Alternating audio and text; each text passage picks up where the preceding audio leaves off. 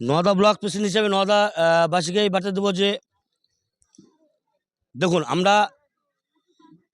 এই দ্বিচারিতার যে সরকার, এই বর্তমান যে তৃণমূল সরকার, এই আমাদের সংখ্যালঘুদের যেভাবে পিছিয়ে রেখেছে, একের পর এক অভিনয় করে, আপনার ওয়াকফ বলেন, এসআর বলেন, প্রত্যেকটা জিনিস নিয়ে যে অভিনয় করছে, তাতে আমাদের এই সংখ্যালঘু সমাজ বা আমাদের নওয়াদাবাসী, মুর্শিদাবাদবাসী, গোটা রাজ্যে ওনার উপরে একদম বিক্ষিপ্ত, যার জন্য এই বর্তমান সরকারের প্রতি ভরসা একদম হারিয়ে গেছে। তাই আমি নওয়াদাবাসীকে, আমি নওদা ব্লক প্রেসিডেন্ট হিসাবে জনতা উন্নয়ন পার্টির এই নওয়াদাবাসীকে বলবো, তো আমাদের জননেতা হুমায়ুন কবিরের হাত শক্ত করতে আমরা সবাই একত্রিতভাবে কাঁধে কাঁধ মিলিয়ে